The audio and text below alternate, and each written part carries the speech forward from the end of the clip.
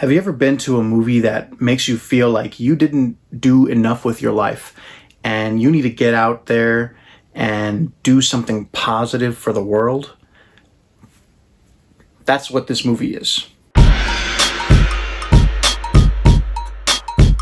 Welcome to Huante Talk. I'm Mike Huante, and I want to talk movies with you. Today we are talking about Just Mercy. Just Mercy is the real-life story of Bryan Stevenson, played by Michael B. Jordon, who goes to Alabama to free a wrongly convicted death row inmate named Walter McMillan, played by Jamie Foxx. Just Mercy was one of those movies that I didn't really expect to add to my list because it looked and is that conventional courtroom drama that you typically see.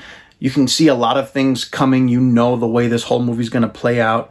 Even if you don't know the real story of what happened, you can already guess. You already know where it's going to go. You know there's going to be some ups, there's going to be some downs. We're going to lose some people on the way, and we're going to have an outcome. But you take away the conventional courtroom drama, and you have some of the best acting on screen from a great ensemble cast. We have Michael B. Jordon, we have Jamie Foxx, we have Brie Larson, Tim Blake Nelson, we have O'Shea Jackson, but the standout in this one is Rob Morgan. Rob Morgan just commands the screen with his acting.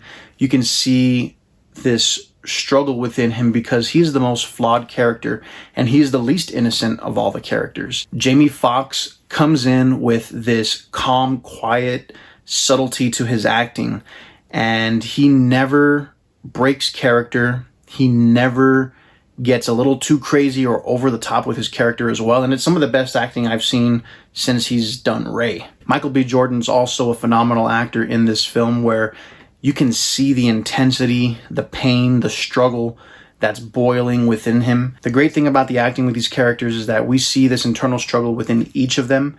We know the motivations behind them, and we want them to do the right thing. We want them to prevail, and we want what they do to matter. And I think that's what makes this movie important, because it tells us that if we really want to make a difference in the world, we need to take that step, accept that challenge, right our wrongs, and do the right thing. And I think that's important for everyone. I did like the direction of the film. I did like the pacing of it. It held on to the moments for as long as it could without going overboard. It didn't cut moments too short, except for the ending. I felt was just, here's the ending, here's your happy ending, this is what you wanted, here you go. And maybe that's the way it played out in real life. It was something that was just kind of like, oh, there it is, it's fixed, let's move on. In the end, you get a satisfying, fulfilling film that makes you want to stand up and do something good for someone else. And I think that was the point of this movie, not just to open our eyes, but to also open our hearts. As cheesy as that sounds, yes, I know.